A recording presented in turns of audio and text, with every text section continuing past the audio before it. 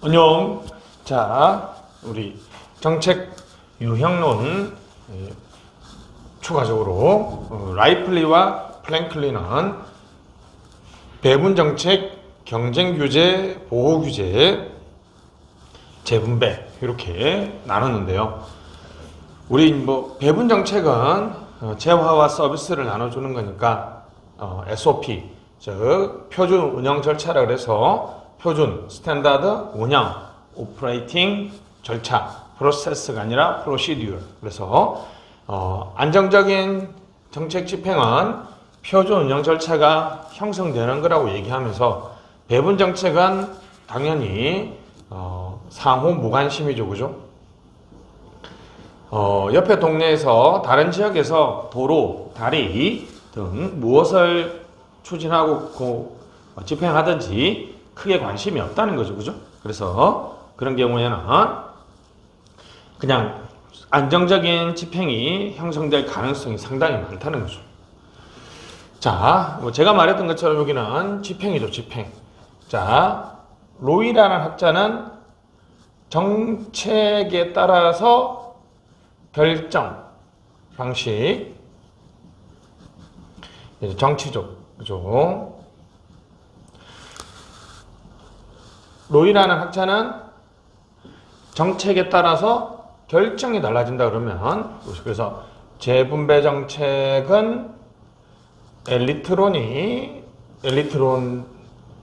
방식, 즉 소수의 지배 엘리트들이 정상에서 만나서 정책 결정이 일어나고, 규제 정책인 경우에는 이익 집단 간에 그 규제를 찬성하고 반대하는 이익 집단 간의 갈등과 타협이다. 그래서 다원주의라는 방식이 나타난다고 그랬죠. 근데 라이플리와 플랭클리는 집행도 달라진다. 정책 유형에 따라서 정책 집행도 달라진다라고 정하고 있습니다. 그죠? 됐습니다. 그랬을 때 배분 정책인 경우에는 안정적인 정책 집행이 될 가능성이 많다. 경쟁적 규제는요, 배분 정책과 규제 정책의 성격이 동시에 있습니다. 특정 기업에게 서비스 제공권을 부여한다. 그래서 국민에게 서비스가 제공되는데, 그래서 서비스, 그죠? 예를 들면 항공, 방송. 자, 항공과 방송은 우리나라에서 아무나 항공사업이나 방송사를 할 수가 없죠, 그죠? 소수의 방송사나 항공사에게 서비스를 제공한 다음, 그래서 국민한테는 항공, 방송 서비스가 제공되죠, 그죠? 그러니까 배분 정책인데 그 항공사나 방송들을 아주 많이 규제하죠, 그죠? 그래서 규제 정책입니다. 그래서 이제 항공, 유선 방송 등 서비스 권리를 설정하고 사업자에게 정부가 규제합니다. 권리 설정해 주니까 국민한테는 서비스가 제공된다. 국민한테는 서비스가 제공된다. 이렇게 됐죠. 보호적 규제 정책은 본래 의미의 규제 정책이죠, 그죠? 대부분의 규제 정책이죠, 그죠? 소수를 보호하기 위해서, 일반 대중을 보호하기 위해서 개인이나 집단에게 권리 행사를 제한하거나 행동의 자유를 제한하는 정책이죠. 이 경우에는 그러니까 규제의 찬반 집단이 많기 때문에 표준 운영 절차를 형성하기가 어렵습니다. 그죠? 재분배 정책인 경우에는 집행 과정에서 이데올로기적 대립이 일어나요. 그죠? 재분배 정책이라는 것이 사회복지니까, 그죠? 우리나라 같은 경우도 무상급식과 같은 그러한 정책인 경우에는 사실상 집행 과정에서 주민투표까지 경험하면서, 그죠? 주민투표까지 경험하면서 성공적인 정책 집행을 어렵게 합니다. 그죠? 결론적으로 말해서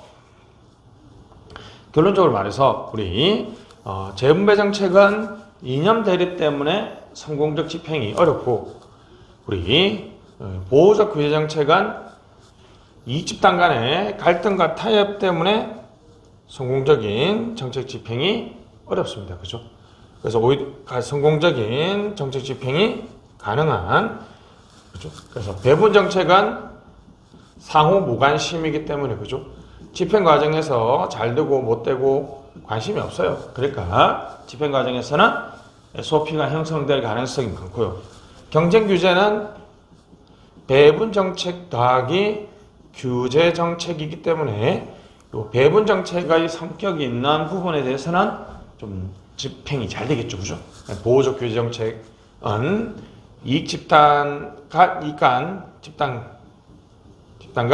갈등 때문에, 재무부 정책은 이념 대립, 이른바 이데올로기를 우리가 이념이라고 할 수 있죠. 그죠? 이데올로기의 대립 때문에 성공적인 정책 집행이 일어나기 힘들다는 것이죠.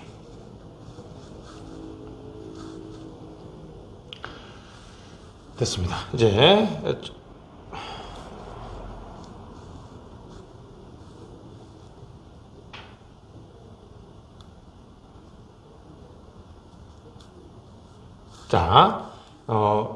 정책학 기초이론 또는 도입 부분에서 가장 어려운 것이 정책 결정 요인이죠. 과연 정책을 영향을 주는 요인 중에서 사회 경제적 요인, 사회 변화, 경제의 변화는 정치 체제 외부에 있는 환경 요인이죠. 그죠? 아니면 정치 체제,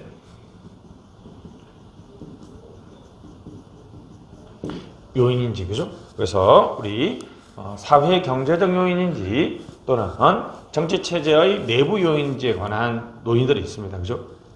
자, 초기 연구는 초기에는 환경이 행정에 또는 정책에 영향을 줄 수 있다. 뭐 그런 정도 있죠. 우리 아는 것처럼 비교 행정론, 생태론자들은 환경 요인이 정책, 행정에 영향을 줄 수 있다. 근데 절대적인 영향, 즉 모든 것들이 다 환경이 결정을 한다는 것은 아니고 상대적으로 환경이 어느 정도 영향을 줄 수 있다고 했는데, 이제 후기 연구가 아주 이제 재밌습니다. 흔히 이 정책 결정 요인론을 이쪽 사회 경제적 변수가 정책을 결정한다는 주장을 하는 경우도 상당히 많습니다. 그죠? 초창기에 정치학자들은 VOK, 로카드라는 학자들은 단선적 모형입니다. 예를 들면 환경이 정치체제에게 영향을 주고 다시 이것이 정책에게 영향을 준다는 식으로, 단선적이죠. 그죠? 이런 식으로 단선적. 그래서 예를 들면 이 정당 간 경쟁이라는 정치체제 변수에 따라서 정책, 우리 그럴 수도 있죠. 그죠? 우리 뭐 대통령 선거나 총선에서 서로 이기기 위해서 정당 간 경쟁이 치열하면 결국은 정책을 많이 내서는 쪽이 이길 수밖에 없으니까. 그죠? 그럴 쪽에서는 우리가 좀 더 정책이 더 많이 만들어진다는 거죠. 이 정책이 더 많이 만들어지는 것이 바로 이 정당 간 경쟁이라는 정치체제 요인이죠. 예를 들면 좀 우리 식으로 해보면 여성가족부가 만들어졌다는 이 구성정책이죠. 정책은 여성의 어떤 사회 진출, 요즘에는 이제 대학 진학이라든지 자격증이라든지 고시라든지 등등 여러 분야에서 여성의 사회 진출이 늘어난다는 것은 우리 사회 경제적 변수죠. 자, 이쪽이 영향이 컸을까? 아니면 김대중, 노무현 대통령의 집권. 그래서 여성부는 김대중 대통령 집권기에 만들어졌고, 여성가족부는 노무현 정부에서 만들어졌죠. 그럼 여러분이 보기에는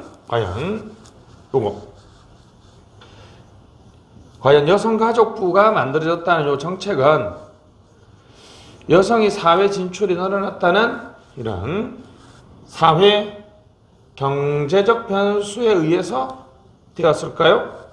아니면 정치인들이 집권했다. 정치 요인이죠. 그죠? 정치 요인에 따라서 이렇게 됐을까요? 자, 키와 로카드는 여성이 사회 진출이 늘어나서 그것을 내세우는 정치가들이 당선되고 그래서 여가부가 만들어졌다라는 주장이죠. 단선적으로 오로지 사회 경제적 정치 환경은 ODS만 영향 오직 그죠? 그래서 환경은 오직 정치 체제에게만 그죠? 환경은 오직 정치 체제에만 영향을 준다는 거죠. 그래서 환경이 정책에 직접적으로 영향을 주는 걸 부정합니다. 근데 이런 초창기의 연구에 도전하는 것이 바로 페브리칸트와 블레이저는 정치 요인, 정치 체제 요인보다는 경제 요인이, 즉 환경 요인이 더 중요하다. 예를 들면 소득의 증가, 인구 밀도, 도시화 등은 경제 사회적 요인, 즉 환경 요인이죠. 이러한 환경 요인이 정책을 더 많이 영향을 준다는 거죠. 그러니까 그림으로 보면 여기 그죠? 이 부분이 훨씬 더 영향이 더 크다는 주장이죠. 그러니까 도슨과 로빈슨은 이분들은 정치학자입니다. 그러니까 자, 키와 로커드라는 정치학자들이 그렇게 주장했는데 경제학자들이 아니다. 특히 소득, 그죠? 소득이라는 것이 가장 영향을 많이 준다고 이렇게 공격을 하니까 정치학자들이 진짜 그런지 한번 연구를 해봤는데, 사회 복지비가 늘어난다는 것은 정책이 결정됐다는 거죠, 그죠? 사회 경제 요인이 누구요?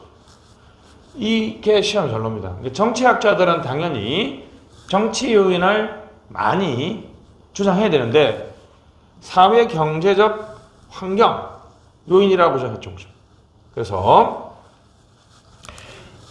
가장 중요한 단어죠. 허위 관계. 누구하고 누구? 정치 요인하고 정책은 허위 관계라는 거죠. 허위 관계.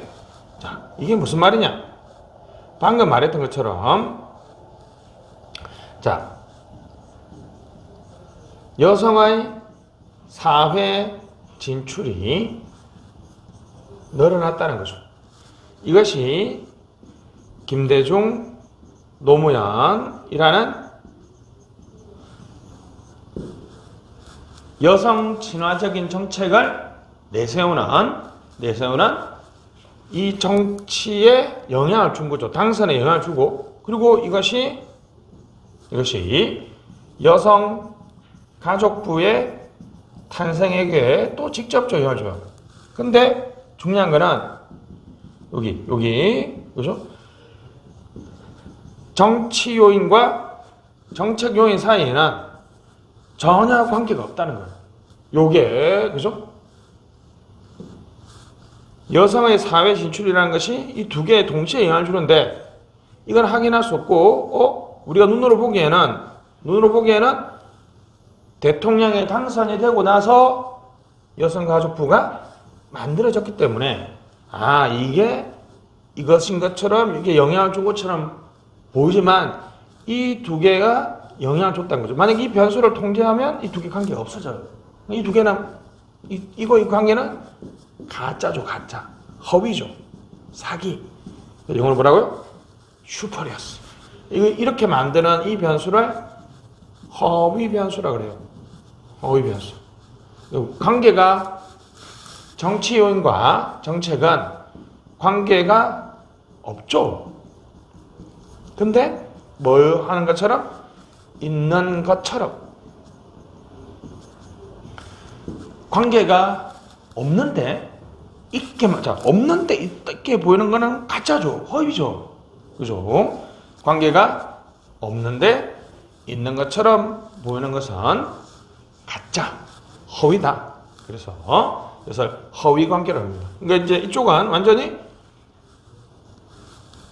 경제적 자원 모형은 로카드, 키와 로카드 모형하고 정반대죠. 얘들은 오로지 환경은 정치에게만 영향을 주고 정치가 오히려 정책을 다 결정한다고 했는데 지금 이거 보니까 여성의 사회 진출이란 환경의 변화가 정치하고 정책의 변화를 다 설명한다는 거죠. 만약 여러분 이 경제적 자원 모형을 인정하게 되면 이 정책의 변화를 연구하는 이 정책학은 존재의 이유가 없어져요. 그러니까 아주 뭐 정치학자들이 또는 정책학자들이 발칵 뒤집혔죠. 그래서 다시 크누드와 매크론이 연구를 해봤더니 정치체제의 독자적인 영향력이 인정되더라. 그래서 이것을 하이브리드 이것과 그래서 경제적 자원 모형과 키와 로카드 모형을 이렇게 하이브리드 두 개를 다 섞어서 놨다. 그래서 하이브리드 모형이라고 설명합니다. 그죠? 일부만을 이제 설명한다는 건데 자, 이거 다시 설명드리면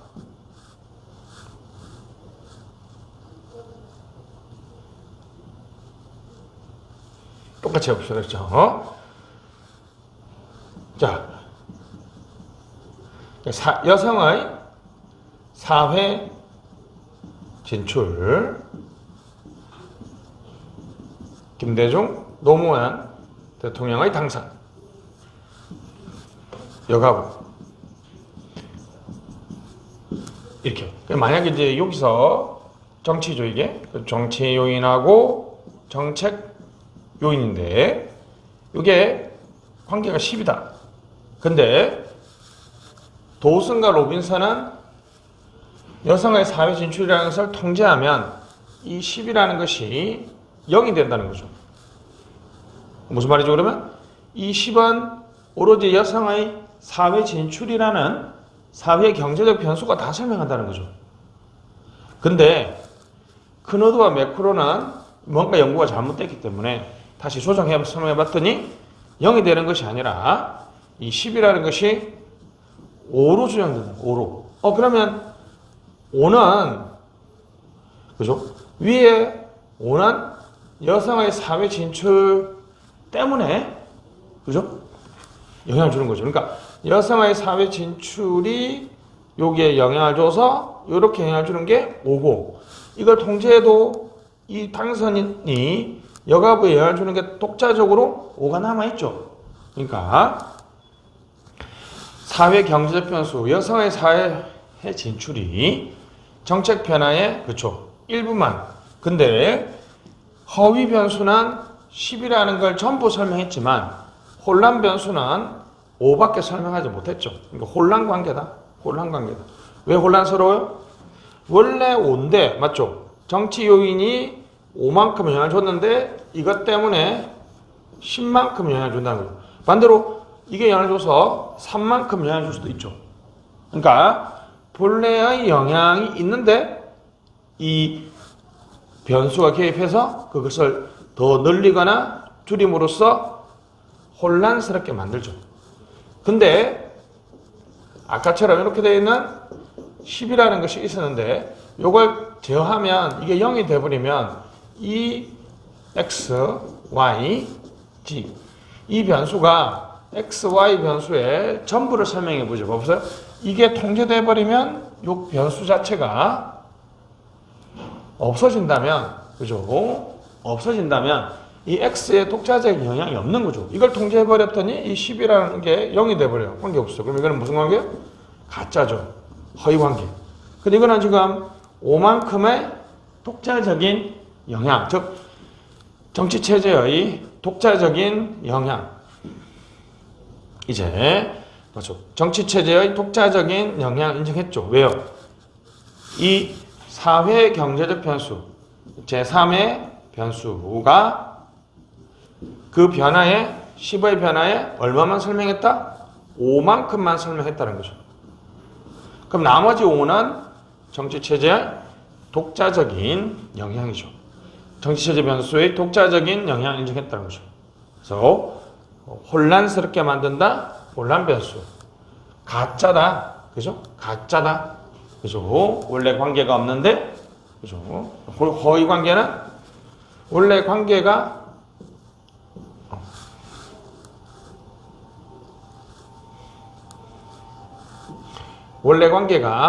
없죠. 근데 있는 것처럼 원래 관계가 없는데 있는 것처럼 만드는 거죠. 이게 가짜로 허위죠.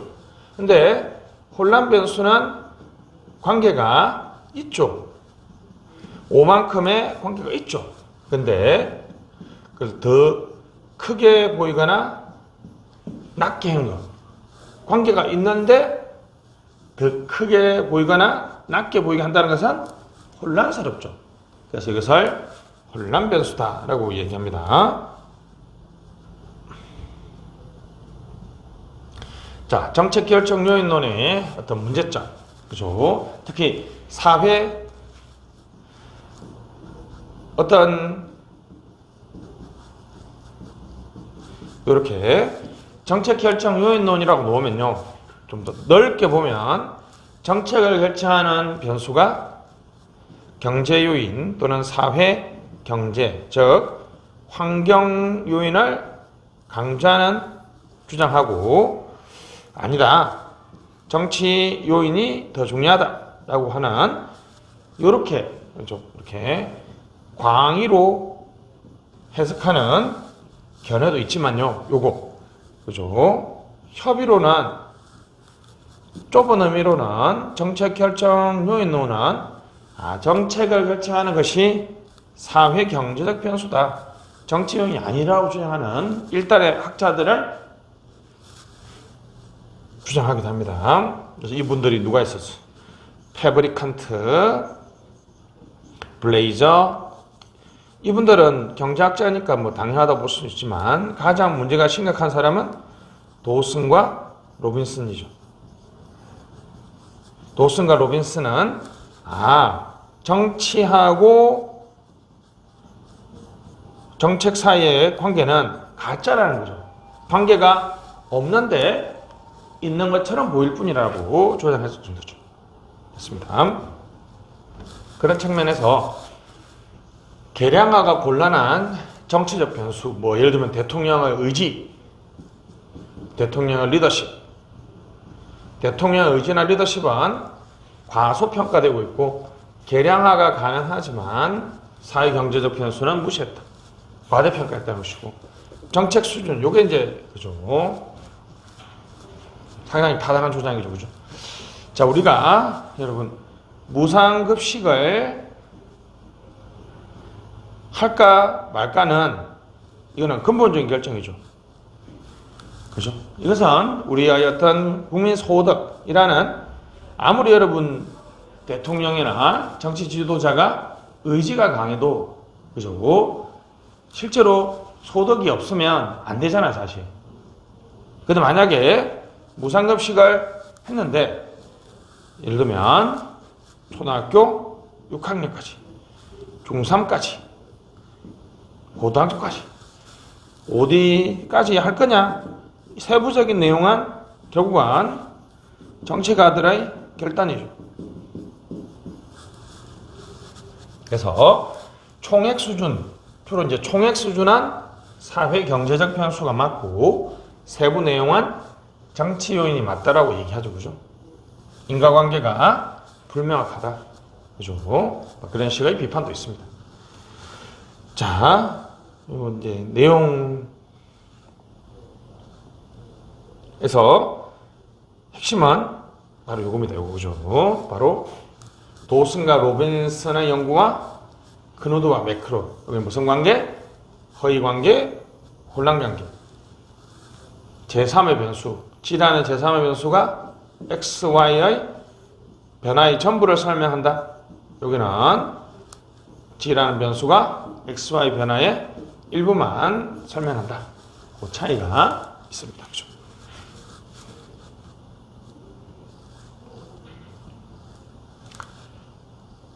자, 그래서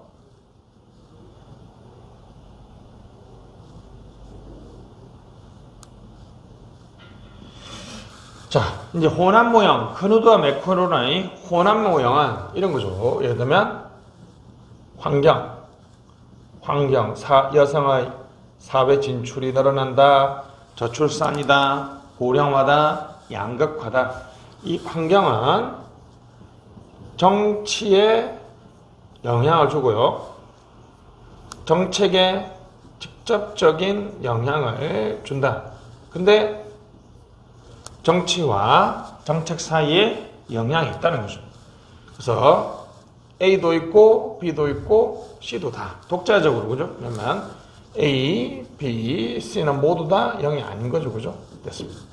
그러니까 B라는 정치와 행정의 독자적인 영향이 인정된다. 그리고 정치 환경도 여기도 영향을 주고 여기도 영향을 주니까 도슨과 로빈슨 모형하고 키와 로카드 모형이 다 하이브리드 혼합되어 있죠, 그죠? 섞여 있죠. 하이브리드 모형이라고 얘기하고요. 그러면 정책을 결정하는 것을 연구하는 것이 정책학이라면 사회 경제적 변화는 우리나라 저출산, 저성장, 고령화, 양극화, 4차 산업혁명, 위험사회, 다문화주의 뭐 이런 것들이 있는데, 이런 것들은 그냥 일반적인 사회 변화, 상식적인 수준이기 때문에 시험에 잘 안 나오고요. 그러면 이 정치 요인이 정책에 영향을 주는 이 정치 요인 중에 대표적인 것이 바로 참여자들이 바뀌면, 그죠? 참여자들이 바뀌면 당연히 정책이 바뀌겠죠, 그죠? 참여자들이 바뀌면 당연히 정책이 바뀔 겁니다. 자, 그래서 공식적인 참여자입니다. 그죠? 입법, 행정, 사법 또는 헌법이나 법률에 제도적이고 공식적인 권한을 가진 참여자들이 있을 겁니다. 그죠?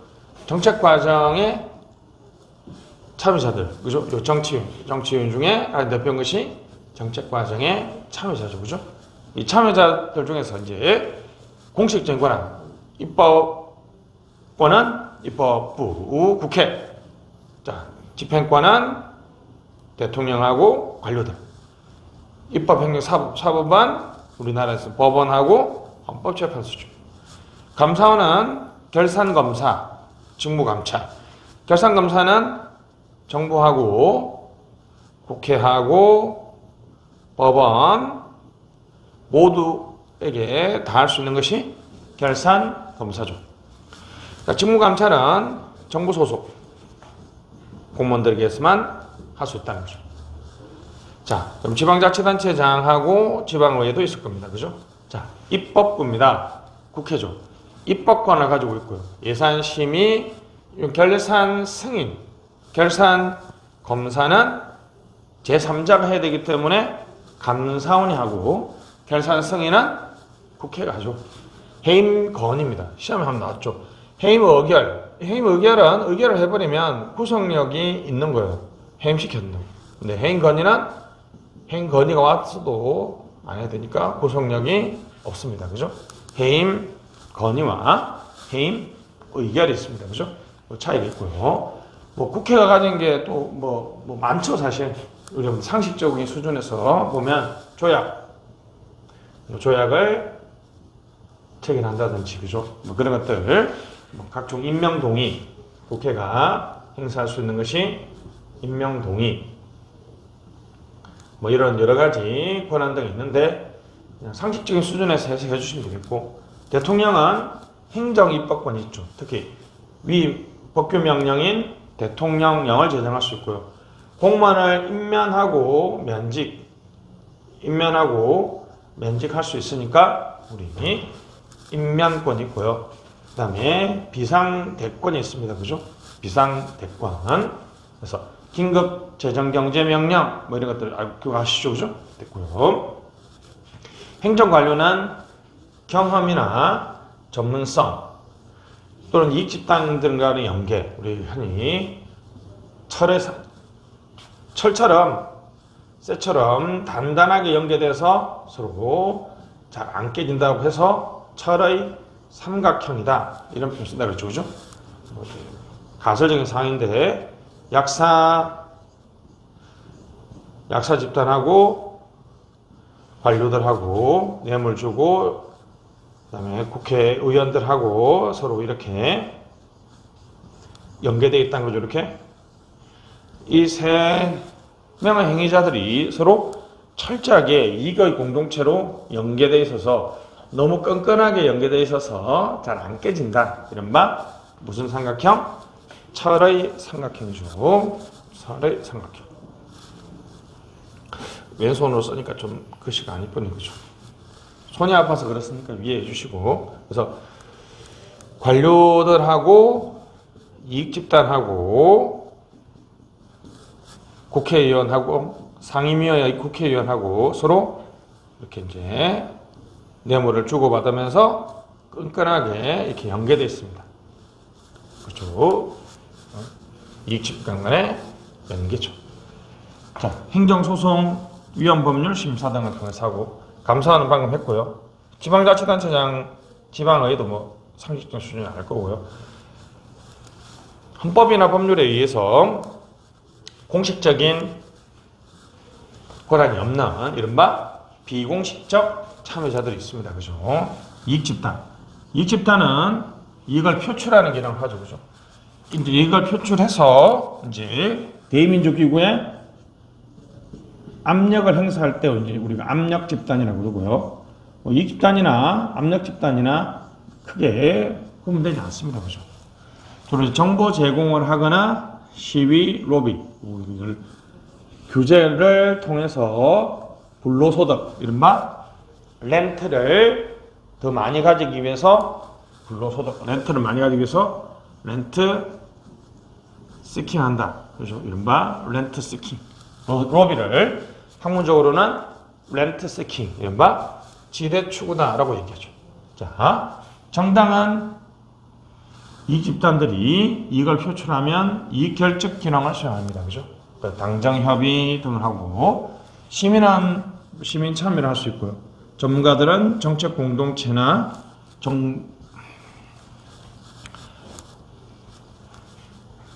통해서 참여하게 됩니다. 그죠? 보통 전문가들은 정당보다는 정책 과정에 더 많은 영향력을 행사한다고 얘기하고요. 언론 매체, 대중, 여론 형성이나 비판 감시 기능을 수행하고 비정부 조직 NGO들은 시위, 공청회, 의견 표명을 합니다. 그죠? 정책 공동체가 있어. 그죠? 정책 과정에 지속적인 관심을 주는 행위자들의 관계망이죠. 그죠? 비공식 참여자 중에서 정당은 실제로 그냥 헌법에는 정당을 자유롭게 만들 수 있다는 정도의 규정밖에 없죠. 그죠? 그래서 입법, 행정, 사법에 어떤 권한도 가지지 않는 비공식적 참여자라는 거 잊지 마시기 바랍니다. 됐습니다. 자, 여기까지 해서 이제 정책학 서론을 마쳤고요. 다음 시간에는 정책 의제 설정에 관해서 공부하도록 하겠습니다. 수고하셨습니다. 안녕.